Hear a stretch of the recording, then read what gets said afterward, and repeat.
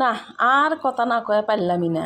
মনে করছিলাম আজকে দুধ চা পরোটা দিয়ে খাইতে খাইতে আর্জেন্টিনার খেলা দেখবো। শুরু থেকে আর্জেন্টিনার যে অবস্থা, বাংলাদেশের ফ্যান ফলোয়ার তো একেবারে হিট কেনে যাওয়ার অবস্থা। আসসালামু আলাইকুম। আজকে পুরো ঘটনা আপনাদের সাথে শেয়ারই করে যাবো। আমি তো খেলা দেখি না, মাঝে মধ্যে মেয়ে করে টানা হেঁচড়াতে খেলা দেয়া লাগে। আজকে কিন্তু আমার ঘরে আঞ্চলিক ভাষায় কথা কমু, আপনি করে কোয়া নেকবো আমি কোন জেলার ভাষায় কথা কইতেছি, ঠিক আছে? কথাহান খুইলেই কই।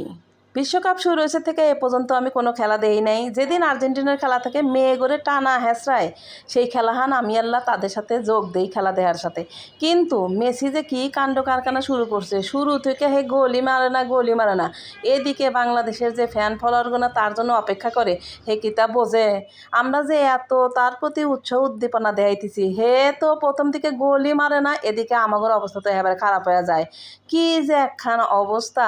ক্যারে মেসি তুই তো কবের পারোস, তোর সাধারণ যে ফ্যান ফলোয়াররা আছে তাদের তুই আগে থেকে মেসেজ দিবার পারো না? এ পর্যন্ত মেসি তুমি শুরুতে গোলই মারবার পারো নাই, তাহলে বোঝো তোমার ভক্তগরে কি অবস্থা। তোমার ভক্তগরের কথা চিন্তা করো তো, একবার দুবার ম্যাচে প্রথমবার গোল মারা নাকবে একটু দূরে, তাই না? খেলা শুরুতেই ভাবি যে আজকে দুধ চা কফি নিয়ে খেলা দেখবো, কিন্তু হে তার হয় না। তোমার খেলা দেখে তোমার খেলা এমন অবস্থা চলে লাল চা নিয়ে বসা লাগে। আরে লাল চা কারা পছন্দ করে জানো? লাল চা পছন্দ করে যারা রবীন্দ্রসঙ্গীত পছন্দ করে। তা আমরা তো রবীন্দ্রসঙ্গীত পছন্দ করি না, আমরা বাঙালিরা হলো জাকা নাকা পছন্দ করি। কি হইলো না হইলো সেটা বুঝি না, কিন্তু নাচানাচি ঠিকই করি সব, বুঝছাও? মেসি তুমি আজকে খেলায় যা করছাও একেবারে জান বাইর করে দিছাও, কিন্তু প্রত্যেকবারই তোমার খেলা শুরু থেকে এরকম দেখে হার্ট অ্যাটাকের অবস্থা আমাদের হওয়া যাবে না, কারণ আমাদের দেশে তো হার্টের অত চিকিৎসা নাই।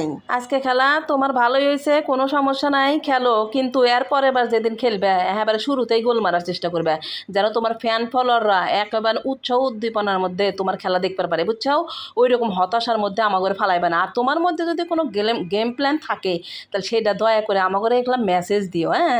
তাহলে আমরা একটু আগে থেকে একটু শক্ত সামর্থ্য হয়ে বসবো, তাহলে তোমার খেলাটা দেখতে দেখতে বুঝবো যে না এখন গোল মারতেছে না, ঠিক আছে, কিন্তু শেষে যায় একবারে ওস্তাদের শেষ রাইতে যা হওয়ার তা তো হবই, বুঝছাও? তা আমাকে হার্ট অ্যাটাক জানি হয় না, এরকম কাম কাজ করো না, আমরা তোমাকে বেশি পছন্দ করি। যাই হোক ওই মেয়া মেয়া করো না, আল্লাহ ইংলিশটা আল্লাহ হিকো, বাংলা না কবার পারো আল্লাহ ইংলিশটা হিকো, ইংলিশও কথা বলি তো আমরা আল্লাহ বুঝবো, কিন্তু তোমার আর্জেন্টিনার ভাষাগুলি তো আমরা বুঝি না কিছু, ও ওয়াও করলে তো কিছুই বুঝবো না, বুঝছাও? তো আজকে খেলার কথা বাদ, আজকে সকাল সকালে খেলামেলা যা দেখা হয়েছে মোটামুটি মনে শান্তি হয়েছে। শেষেও যদি মারো গোল তাও মারছেও। খেলার কথা তো ভালোই কইলাম, বাপ রে বাপ, 4 বছর পরে বিশ্বকাপ আইসে না, বাংলাদেশে যে কি আইসে। গতকালকে আমি এগোর জন্য কি নাস্তা বানাবো আর খুঁজেই পাই না। শেষ পর্যন্ত বানাইছি ঠিকই, কিন্তু এটা কি বানাইছে এটা আমিই জানি না। যাই হোক মেলা কষ্ট হইরা এই জিনিসটা বানাইছি, ভিতরে কল চিকেন আছে। তো পুরো ভিডিও হান তো দিবার পারি নাই কে।